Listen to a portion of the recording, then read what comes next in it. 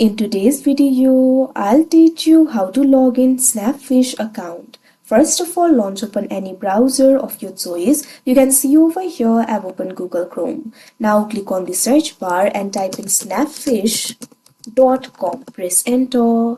After you do that, you'll be led to the official website of Snapfish. Initially, you'll be led to this kind of interface. So if you want to sign in to your account, click on this option, sign in or join, that you can see on the screen.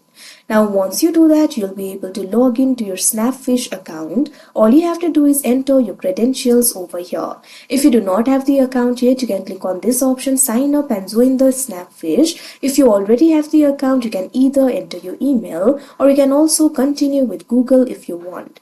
Simply click on the sign in method that you use while creating the account. Here I'm just going to enter the email. So click on the field of email and enter the email address over here. Likewise, click on the field of password and enter the password. If you have forgotten your password, click on this option, forget your password, and you'll be able to recover it. Now after you enter the credential, click on this option, sign in, that you can see on the screen. Now you can see over here, you'll easily be logged into your account. So that is how you log in Snapfish account. I hope you found this video helpful. Thank you for watching.